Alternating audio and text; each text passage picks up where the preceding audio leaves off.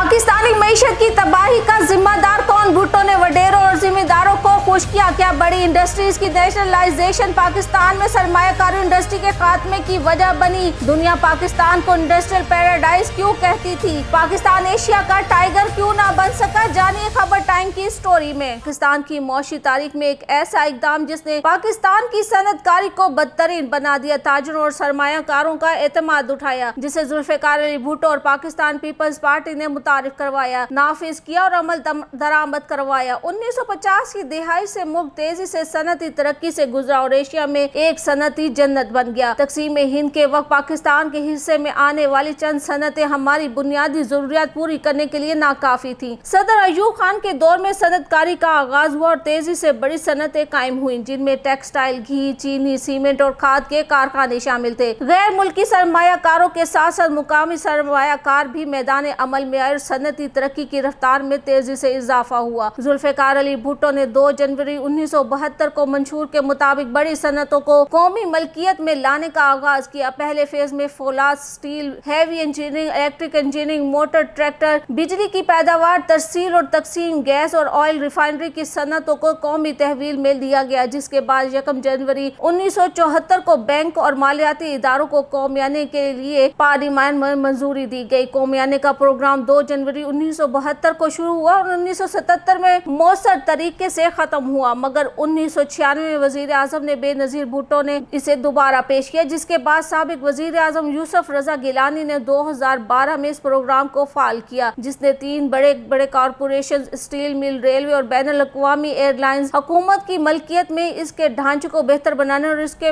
मुनाफे बख्श अमल को कम करने की कोशिशें की गयी। 1 जनवरी 1972 को कौम के नाम एक टेलीविजन तकरीर पर भुट्टो और पीपल्स पार्टी की हुकूमत ने nationalisation and economic reforms order narrow के तहत 3 मरहलों पर मुश्तमिल प्रोग्राम का ऐलान किया, जिसने लोहे, स्टील में तमाम बड़ी धाती सनतों को कौमिया लिया। Heavy engineering, heavy electric, petrochemical, cement और पब्लिक यूटिलिटीज, सवाइस टेक्सटाइल इंडस्ट्री और जमीनों के, क्योंकि वो इन तीनों जिम्मेदारों जुल्फिकार अली भुट्टो, बेनजीर भुट्टो और यूसुफ रजा गिलानी की खुद की प्रॉपर्टी को भी नुकसान पहुंचाता को कब्जे में लेने का कोशिश की गई। कौमियाने के प्रोग्राम के पहले मरहले में तकरीबन 31 बड़े सनती मेगा कॉरपोरेशन, सनती इकाइयों और कारोबारी इदारों को जम किया गया। प्रोग्राम का दूसरा मरहला 1 जनवरी 1974 को शुरू किया गया, जिसका मकसद पाकिस्तान में बैंकारी और मालियाती सनत और शोबे को कौमी बनाना था। 13 से ज्यादा बड़े बैंकों, 1 दर्जन से ज्यादा इंश्योरेंस कंपनियों, 2 पेट्रोलियम कंपनियों और 10 शिपिंग कंपनियों को जबरदस्ती कौमी तहवील में लिया गया। तीसरा प्रोग्राम जल्द ही 1 जुलाई 1976 को शुरू हुआ, जब तकरीबन 200 कपास, जेनिंग और चावल की भूसी को कौमी तहवील में लेने के प्रोग्राम के तहत प्रोग्राम का आगाज किया गया। ये प्रोग्राम इंतजामी खौफनाक ख्वाब और बड़े पैमाने पर अवामी नाराजगी के साथ मिला हुआ था, जिसका नतीजा ये निकला कि प्रोड्यूसर्स महरूम हो गए। सारिफीन को नाकिस मियार और मिलावट वाली अशिया बहुत ज्यादा कीमतों पर मिली। 1999 से 2010 तक कौमी तहवील पॉलिसी का खात्मा तकरीबन हो गया और 2011 तक मौसर तरीके से अपने इख्तिताम को पहुंचा। इस नेशनलाइजेशन के मुतासरीन कौन थे और इससे पाकिस्तान को कितना नुकसान पहुंचा? इसके हवाले से कहा जाता है कि 1953 में नेशनल मोटर कॉरपोरेशन ने अमेरिकन जनरल मोटर्स के इश्तराक से पाकिस्तान की पहली वॉक्सहॉल गाड़ी तैयार की। बाद में पाकिस्तान के मशहूर जमाना बेडफोर्ड ट्रक इसी प्लांट पर तैयार किए गए। 1953 में एक्साइड बैटरीज ने पाकिस्तान का पहला बैटरी प्लांट लगाया। 1954 में अली मोटर्स ने फोर्ड मोटर्स अमेरिका के साथ मिलकर पहली कार, ट्रक और इसके बाद पिकअप ट्रक तैयार करने की गर्ज से प्लांट लगाया। 1956 में हारून इंडस्ट्रीज ने दोजे अमेरिका के ब्रांड नेम से पिकअप ट्रक तैयार किया। 1961 में ऑल वन इंजीनियरिंग ने पाकिस्तान में गाड़ियों के पार्ट्स तैयार करने का जदीद प्लांट लगाया।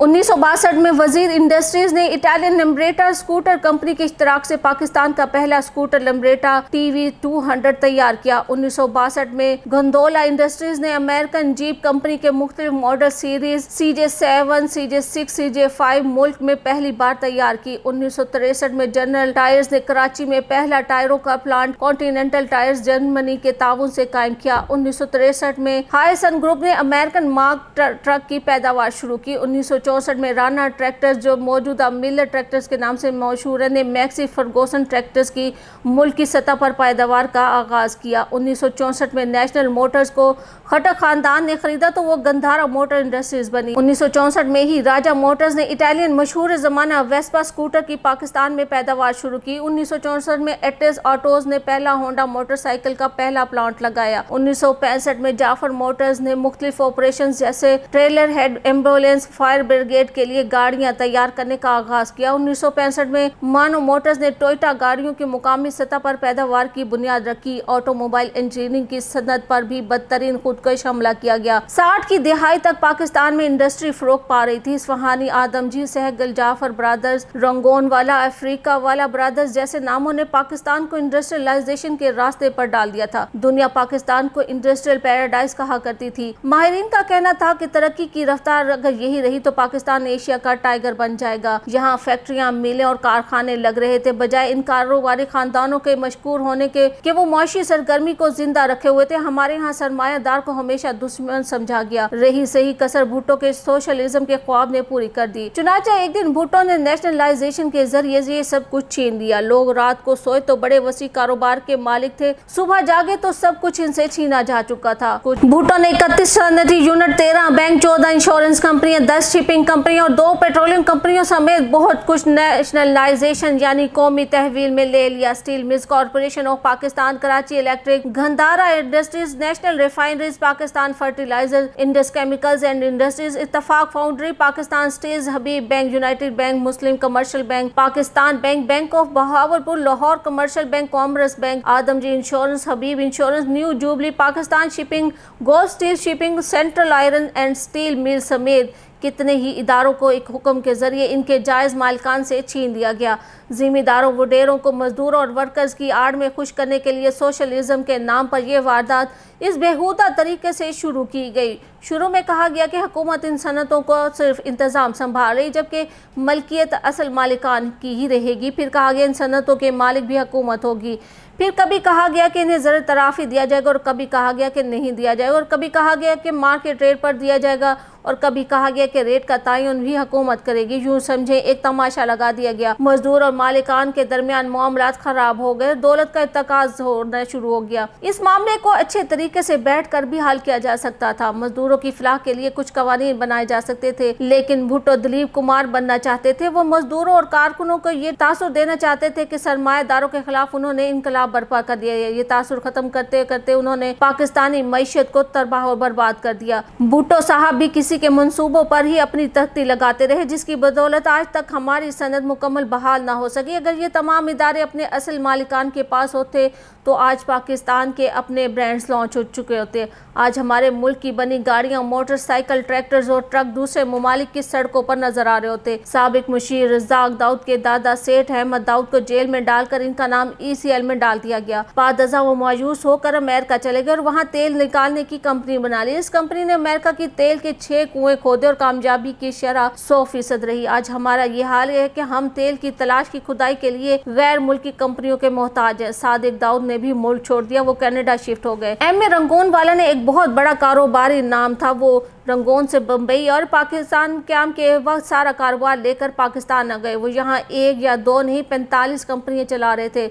उन्होंने भी मायूसी और परेशानी में मुल्क छोड़ दिया। वो मलेशिया चले गए। बटाला इंजीनियरिंग कंपनी वाले CM लतीफ़ भी भारत से पाकिस्तान आ चुके थे और बादामी बाग लाहौर में उन्होंने पाकिस्तान का सबसे बड़ा इंजीनियरिंग कॉम्प्लेक्स कायम किया था, जो टोयोटा के इश्तराक से काम कर रहा था। ये सब भी जब्त कर लिया गया। इन्हें इस जमाने में 350 मिलियन का नुकसान हुआ और दुनिया ने देखा बटाला इंजीनियरिंग के मालिक ने दुख और जिंदगी में किस तरह जिंदगी गुजारी। रंगोन वाला, हारून, जाफर सन, सहगल पाकिस्तान छोड़ गए। अहमद इब्राहिम की जाफर ब्रदर्स कर्ज इस जमाने में मुकामी तौर पर कार बनाने के करीब थी। आज हम कार तैयार नहीं कर सके। फैंसी ग्रुप 41 सनतें तबाह करवा के, हारून ग्रुप की 25 सनतें थी, वो अपना कारोबार लेकर अमेरिका चले गए। इसी तरह कारोबारी खानदान मुल्क छोड़ गए या पाकिस्तान में सरमायाकारी से तायब हो गए। इधर भुट्टो ने सनतें कब्जे में तो ले ली लेकिन चला न सके। इन इदारों में वडेरों और जिम्मेदारों की शक्ल में सियासी कारकुनों की मजदूर अब सरकार के मुलाजिम थे। काम करने की क्या जरूरत थी? नतीजा ये निकला, एक ही साल में कौमी तहवील में ली गई सनत का 80% बर्बाद हो गया। ज़राई ग्रोथ की शरह में 3 गुना कमी वाक़या हुई। नौबत कर्जों तक आ गई। जितना कर्ज मशरकी और मगरबी यानी मुत्तहिदा पाकिस्तान ने अपनी पूरी तारीख में न लिया था, इससे ज्यादा कर्ज भुट्टो हुकूमत ने चंद सालों में ले लिया। खित्ते में सबसे ज्यादा अफरात ज़र पाकिस्तान में था। अदाइयों के खसारे में 795% इजाफा हो गया। स्टेट बैंक हर साल एक रिपोर्ट पेश करता है। भुट्टो ने 4 साल स्टेट बैंक को ये रिपोर्ट ही पेश न करने दी ताकि लोगों को इल्म ना हो सके कि कितनी तबाही हो चुकी है। अपनी इंडस्ट्री अपने हाथों से तबाह करके अब हम चीन की मिन्नतें कर रहे हैं कि यहाँ इंडस्ट्री लगाए। दुनिया 40 साल से कंप्यूटर इस्तेमाल कर रही है और हम आज तक एक माउस तक ना बना सके। दुनिया 30 साल से मोबाइल फोन इस्तेमाल कर रही है और हम आज तक एक चार्जर नहीं बना सके। पाकिस्तान का खाना खराब करने में जुल्फिकार अली भुट्टो और पीपल्स पार्टी का पूरा हाथ है। अब इतना अफसोस जरूर रहेगा कि वडेरों और जिम्मेदारों ने इसे लूट खाया। पाकिस्तान का लूटा हुआ खजाना तो अब वापस नहीं लिया जा सकेगा।